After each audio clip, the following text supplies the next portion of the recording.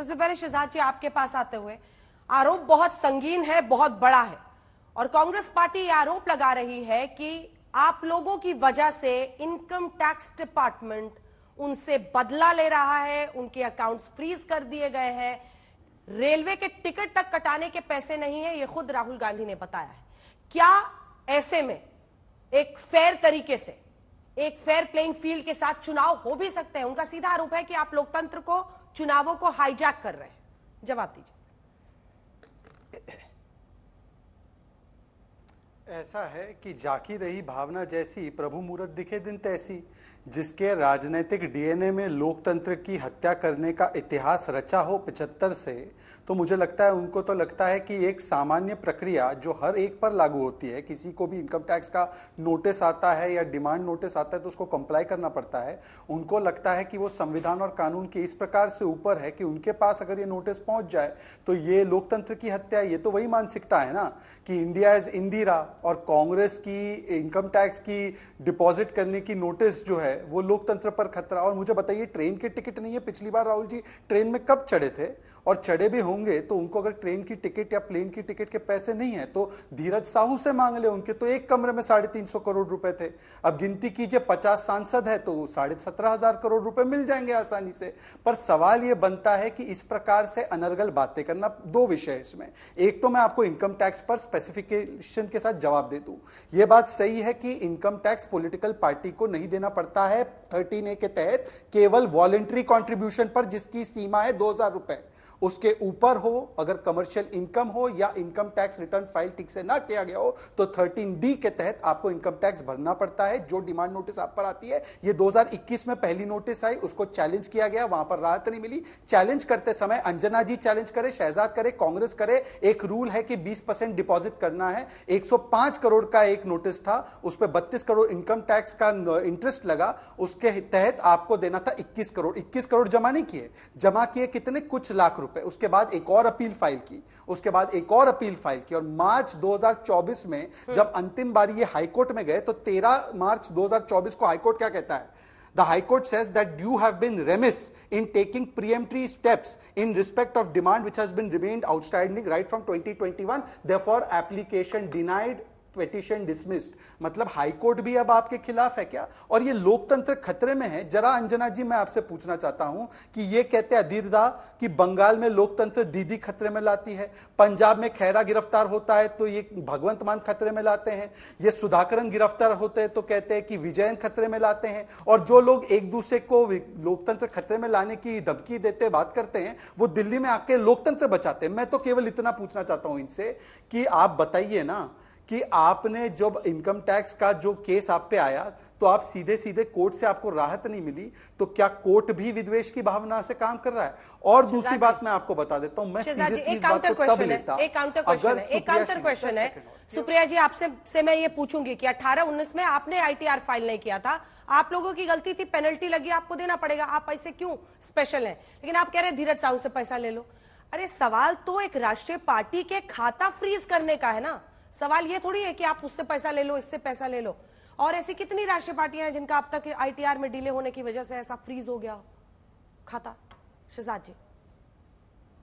अच्छा, तो मतलब आप कानून का पालन ना करें, आप पर कानूनी प्रक्रिया हो जिसपे कोर्ट आपको राहत ना दे, आप उसको बता दे कि ये देश के लिए खतरे का मामला है, मतलब अपना राजनीतिक अस्तित्व खतरे में है तो देश खतरे में, लोकतंत्र खतरे में आ जाता है। तो मैं भी ऐसे ही सुझाव दूंगा जैसे ये आरोप लगाते हैं। परंतु मैं इनसे पूछना चाहता हूं, सुनिए ना अंजना जी, 10 सेकंड सुनिए, जल्दी पूरा कीजिए। ये लोकतंत्र हर 2-3 महीने में खतरे में आता है क्या?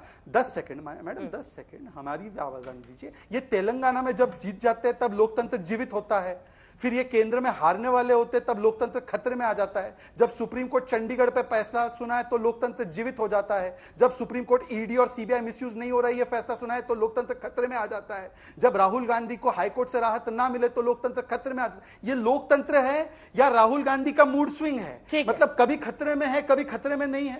और इस प्रकार के अनर्गल आरोपों का हम जवाब देते। 2018-19 में कांग्रेस पार्टी आईटीआर फाइल ना करे, उसके बाद जब आप लोग आईटैट तक, एपेलेट ट्रिब्यूनल तक गए, वहां से रिलीफ नहीं मिला, हाईकोर्ट से रिलीफ नहीं मिला, तो बैठ के एक प्रेस कॉन्फ्रेंस करके कि देश में लोकतंत्र खतरे में है।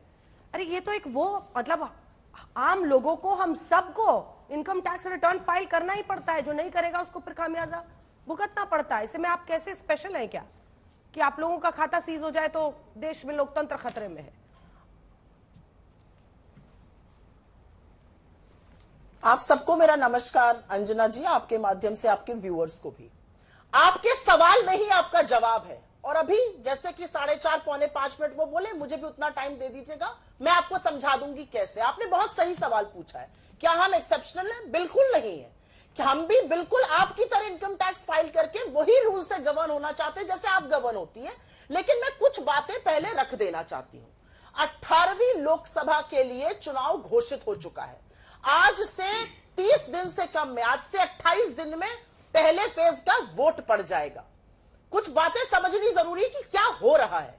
पहले फेज का वोट 28 दिन में पड़ जाएगा। ऐसे में इस देश के प्रमुख विपक्षीय दल भारतीय राष्ट्रीय कांग्रेस के अकाउंट फ्रीज कर दिए गए हैं।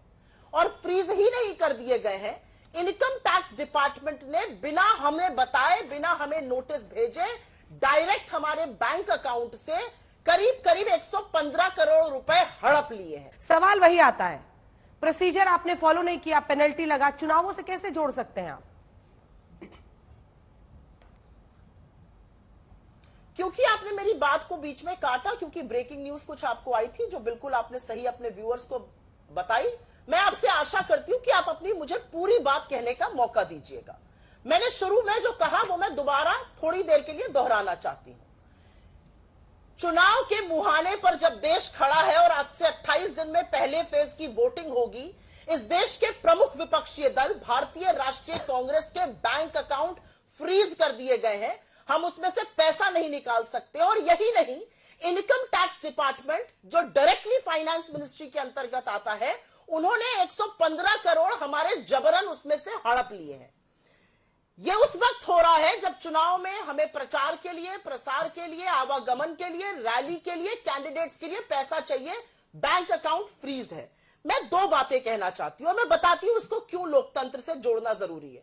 मेरा आपका कोई पुरानी लड़ाई है अंजना जी, हमारी कभी बहस हो गई, मुझे आपके खिलाफ या आपको मेरे खिलाफ पुलिस एक्शन लेना था। अब मैं वोटिंग के लिए जा रही हूं, जिस दिन आप उसी दिन पुलिस एक्शन ले लेती हैं, तो मैं वोटिंग में नहीं जा पाती हूं, मैं पुलिस एक्शन में के अंतर्गत आ जाती हूं। तो प्रोसेस जो है ना, वो सोच समझ के किया गया है। ये 4 साल पुराना केस था। बैंक अकाउंट तो पहले ही फ्रीज हो सकते थे। ये पैसा जो डिमांड का के नाम पर हड़पा जा रहा है, ये पहले लिया जा सकता था। और आपने एक बात बिल्कुल सही कही थी, हम कोई अलग हैं? बिल्कुल नहीं, हम बिल्कुल खासदार नहीं है, हम बिल्कुल आम हैं। और इसीलिए मैं आपसे पूछना चाहती हूं कि अगर आपके इनकम टैक्स में या मेरे इनकम टैक्स में या इस पैनल के किसी भी इनकम टैक्स में डिस्क्रिपेंसी होती है, कोई डिमांड आती है जिसको मैं कॉन्टेस्ट करती हूं, तो उसका सीधा सा इनकम टैक्स एक्ट के अंतर्गत प्रोविजन है, 20% पैसा जमा करो और सारा केस लड़ो। ये सब करते हैं, ये आप भी करती है, ये मैं भी करती हूं। ये इनकम टैक्स असेसमेंट ऐसे ही होता है। अगर 135 करोड़ का ही 20% जमा करें तो 27 करोड़ जमा कर लेते। ये एक के बाद एक हमारा हड़प क्यों रहा है पैसा, ये मैं समझना चाहती हूं। इन्होंने हमारे बैंक अकाउंट कैसे सीज कर दिए। और अगर कोई 6 साल के भी बच्चे से आप पूछेगा तो वो बताएगा कि किसी भी चुनावी तंत्र के दौरान, चुनाव से 4 हफ्ते पहले अगर सबसे प्रमुख विपक्षीय दल के बैंक अकाउंट को सीज किया जाता है और अगर ये अलोकतांत्रिक और अगर ये लेवल प्लेइंग फील्ड को डिस्ट्रॉय और डिसरप्ट और खत्म, बर्बाद नहीं कर देता है, तो क्या करता है, मैं ये पूछना चाहती हूं। और मैं एक बात छोटी सी कह के उसके बाद आप बिल्कुल आगे बढ़ जाइएगा। आप भी परिवार चलाती है, मैं भी परिवार चलाती हूं। आपका भी सम्मिलित अकाउंट होगा, मेरा भी सम्मिलित अकाउंट है। अकाउंट सीज हो जाए और घर में खर्चा ना रहे, क्या हालत होगी, कहां से खर्चा होगा? मैं तो ये पूछना चाह रही हूं। मैं पूछना इसलिए चाह रही हूं क्योंकि लोकतंत्र में प्रचार, प्रसार, रैली, कैंडिडेट, तमाम चीजों के लिए पैसा चाहिए होता है। आज संस्थाओं को भी यह सोचना है कि क्या प्रमुख विपक्षीय दल के हाथ बांधकर, पैसे पे हड़प लगाकर आप चुनाव कराइएगा, ये सवाल है। और जिस तरह की प्रेस कॉन्फ्रेंस और जिस तरह के उल जलूल की दलीलें और आधा झूठ और पूरा सच रविशंकर प्रसाद जी ने अपनी प्रेस कॉन्फ्रेंस में बोला, मुझे थोड़ी सी उनकी स्थिति दयनीय लगी। वो अच्छे वकील हैं, वो सब कुछ जानते और समझते हैं, लेकिन क्या क्या करना पड़ रहा है बने रहने के लिए, ये सामने दिख रहा है। सिंपल सी लाइन है, लोकतंत्र में चुनाव के दौरान क्या प्रमुख विपक्षीय दल को, ये आप 4 साल पहले कर लेते, आप अभी क्यों जागे? आपने डिमांड नोटिस चुनाव भेजा, के आपने एंड सीधे पहले, अकाउंट ठीक है। कैसे